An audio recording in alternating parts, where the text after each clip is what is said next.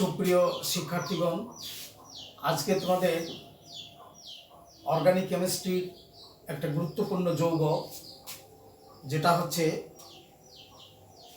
পাটের গাছের ছালে থাকে 60% এবং যেগুলো থেকে আমরা কাঠ সংগ্রহ করে আসবাবপত্র বানাই অর্থাৎ কাঠে থাকে সেখানে 65% এবং তুলার মধ্যে থাকে প্রায় 99%।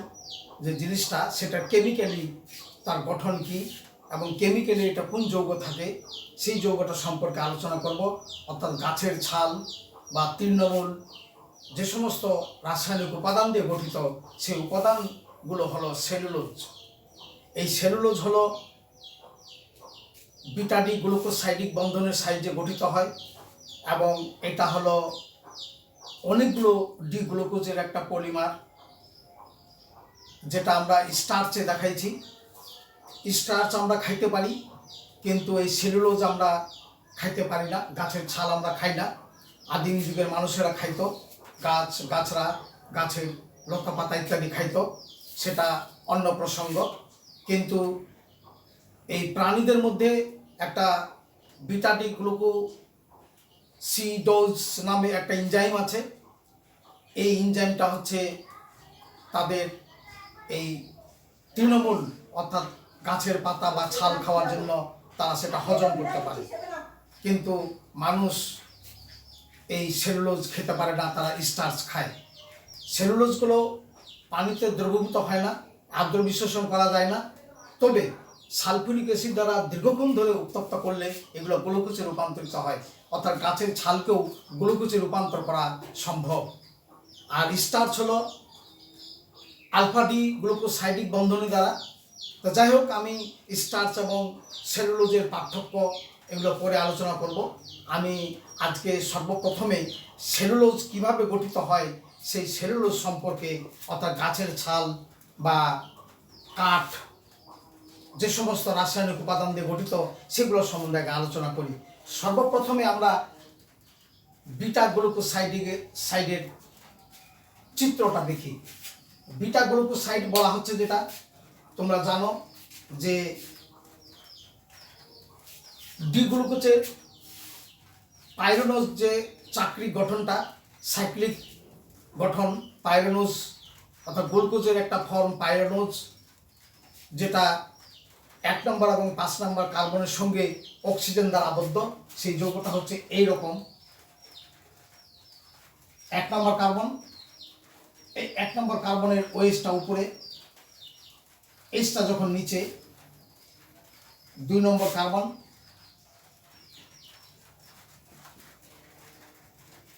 নাম্বার 2, নাম্বার 3,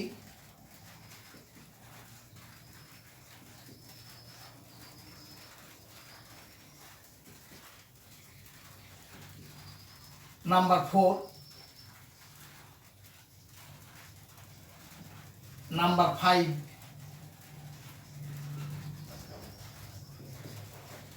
এবং নাম্বার 6। 1, 2, 5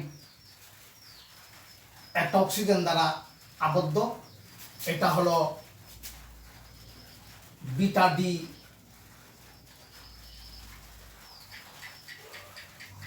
D glucose.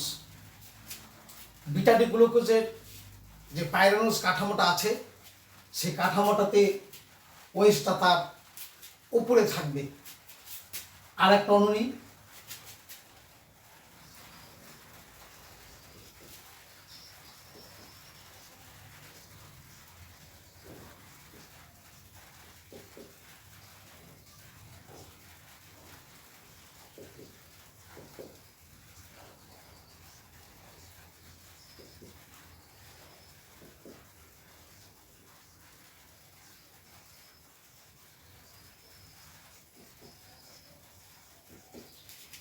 আর একটা বিটা ডি গ্লুকোজ,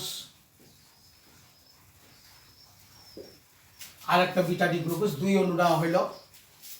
এই 2 অণুকে যখন ঘনীভবন করা হবে, ঘনীভবন পলিমারকরণ বিক্রিয়ার মাধ্যমে এক অণু পানি অপসারিত হবে তার এক অণু পানি অপসারিত হলে এখানকার OH 1 নম্বর কার্বন থেকে এবং এই 4 নম্বর কার্বন থেকে পানি বের হয়ে এর গঠনটা দাঁড়াবে এই ধরনের। গঠনটা দাঁড়াবে এর এর Hটার নিচে 1 নম্বর কার্বন, আর এই অক্সিজেন এই কার্বনের সঙ্গে বন্ধন হয়ে এই 4 নম্বর কার্বনের হাইড্রোজেন উপরে, অর্থাৎ এটা হলো 4 নম্বর কার্বন। এবং 1 এবং 4-এর সঙ্গে যে বন্ধনটা হইল সেটা হলো বিটা ডি গ্লুকোসাইডিক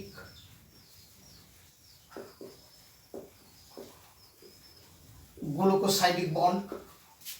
এখন এদিকে 2 নম্বর কার্বন,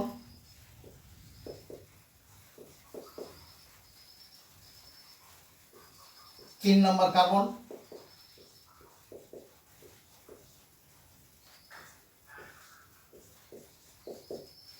চার নম্বর কার্বন, 5, 6, এই হলো এই এক অণু, এই অণুটা। এবং দ্বিতীয় অণুটা হইল যেহেতু 4 নম্বর কার্বন, তাহলে 3 নম্বর কার্বন, এটা 2 নম্বর কার্বন এবং 1 নম্বর কার্বন।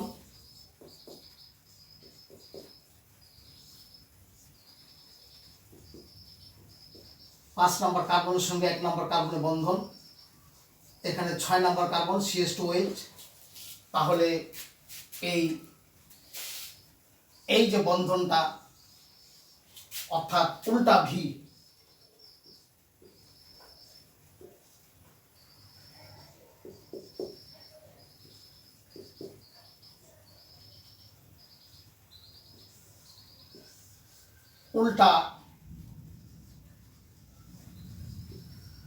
উল্টা ভি আকৃতি, এটা হলো বিটা ডি গ্লুকোসাইডিক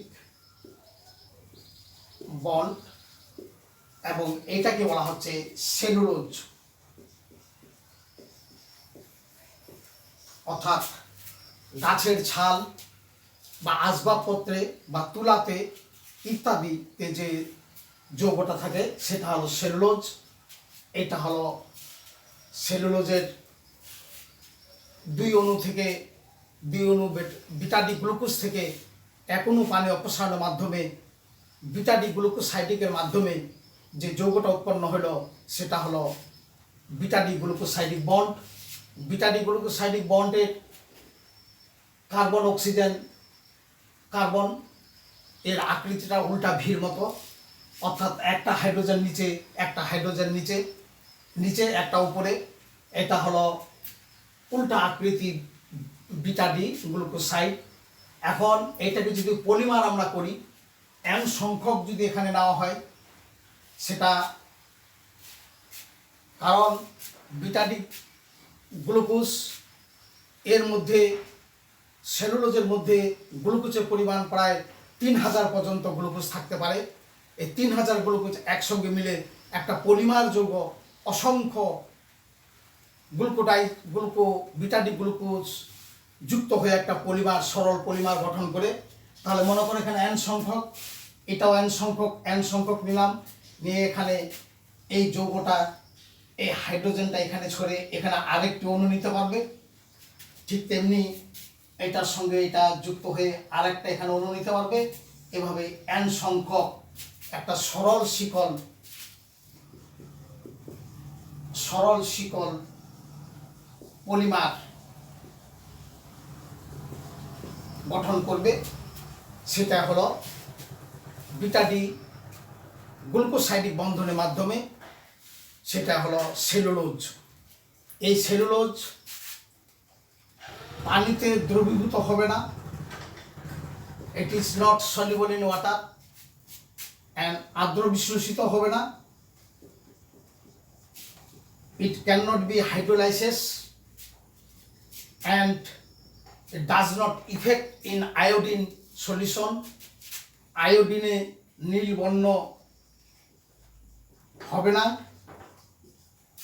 এছাড়াও এটা পশু জাতীয় জিনিসগুলো যেগুলো তৃণভোজ প্রাণী সেগুলো তাদের মধ্যে বিটা-ডি গ্লুকোসাইডিজের একটা এনজাইম আছে, এই এনজাইমের মাধ্যমে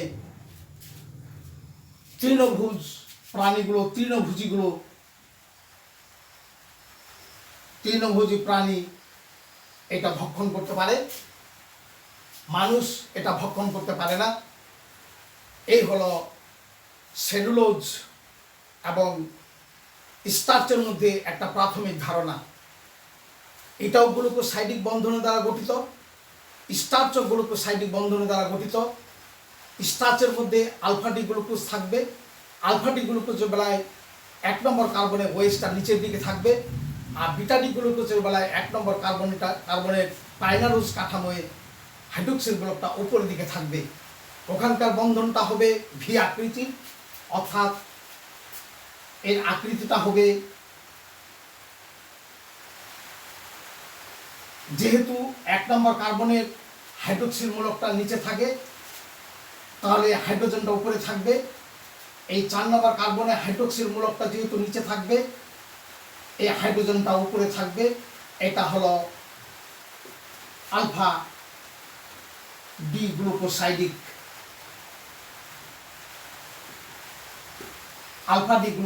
বন্ড। এটা এমসিকিউ এ খুব একটা গুরুত্বপূর্ণ জিনিস, যে হয়তো দিল যে নিচের কোনটি আলফা ডি গ্লুকোসাইডিক বা বিটা ডি গ্লুকোসাইডিক। সেলুলোজের মধ্যে যে বন্ধন সেটা কোন ধরনের বন্ধন, সেই বন্ধনটা আলফা গ্লুকোজ না বিটা ডি গ্লুকোজ, এবং সেলুলোজ পানিতে দ্রবীভূত হয় কিনা, সেলুলোজ আর্দ্র বিশ্লেষণ করা যায় কিনা, আবার এই সেলুলোজকে যদি সালফুরিক অ্যাসিড দ্বারা দীর্ঘক্ষণ ধরে আমরা উত্তপ্ত করি,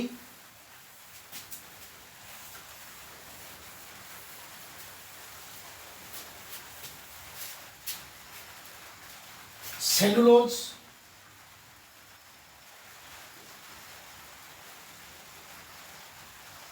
একে যদি concentrate sulphuric acid, if cellulose is heated with concentrate sulphuric acid at long time, দীর্ঘ সময় ধরে যদি উত্তপ্ত করা হয় তাহলে cellulose will be converted into D glucose. অর্থাৎ সেলুলোজগুলোকে, গাছের ছালগুলোকে ডি গ্লুকোজে রূপান্তর করা যাবে যদি ঘন সালফুরিক অ্যাসিড দ্বারা দীর্ঘক্ষণ ধরে উত্তপ্ত করা হয়, তাহলে গাছের ছালগুলোকে আমরা গ্লুকোজে রূপান্তর করতে পারবো রসায়নের ভাষায়। এবং আগেকার যুগে মানুষ গাছগাছড়া লতাপাতা খাইতো, তার কারণ তাদের সেলের মধ্যে ফার্মান্টেশন বিক্রিয়া, উইদাউট ফার্মান্টেশন বিক্রিয়ায় তারা এই সমস্ত বস্তু খেতে পারত, এবং তারা তাদের শরীরের মধ্যে যে ফার্মান্টেশন অর্থাৎ গ্লুকোজকে আলগা করার জন্য, কোষগুলোকে আলগা করার জন্য আমরা স্টার্চকে যেমন সিদ্ধ করে খাই, তারা তাদের শরীরে ওই কিছু পরিমাণ বিটা ডি গ্লুকোসাইডিক এনজাইমের উপস্থিতি পাওয়া গেছিল বলেই তারা এই অসম্ভব কাজটা তাদের আদিম যুগে মানুষেরা করত। তো যাই হোক, এই সেলুলোজ খাইতে গেলে বিটা ডি গ্লুকোসাইডেজ একটা এনজাইম, সেই এনজাইমের অবশ্যই দরকার। এই এনজাইমটা তৃণভোজী প্রাণীর মধ্যে থাকে বলেই গরু সেলুলোজ খাইতে পারে, মানুষ সেলুলোজ খেতে পারে না। মানুষ খায় স্টার্চ, স্টার্চ পানিতে আংশিক দ্রবীভূত হয়। স্টার্চের মধ্যে 2টি যৌগ আছে, অ্যামালোজ এবং অ্যামালোজ প্যাকটিন। এই হলো সেলুলোজ সম্পর্কে আলোচনা।